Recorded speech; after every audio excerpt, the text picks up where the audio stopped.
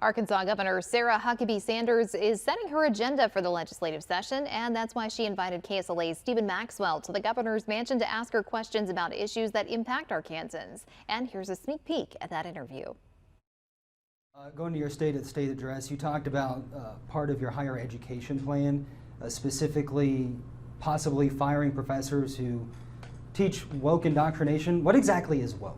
What we don't want to see is a culture in a community in higher education that focuses on teaching our kids to hate one another or hate our country. They should be focusing on preparing our students for the workforce, making sure that when they step out of their classroom, they're ready to go into the workplace. That's what we want to see in Arkansas Access, which is the focus of legislation on higher education. That's the part everybody wants to lean into, but it does a lot more than that. It opens up so many different opportunities and affordability and accessibility to pathways of higher education for students in the state.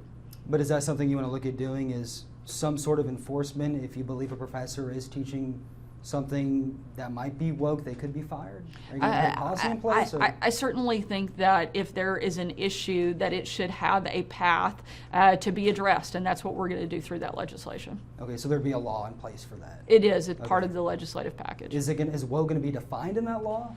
Look, here's at the end of the day, again, I think this is like one tiny part of Arkansas Access that everybody loves to lean into. What we want to see is a focus from the higher education community on actually teaching our kids how to go into the workforce. That has to be the #1 priority.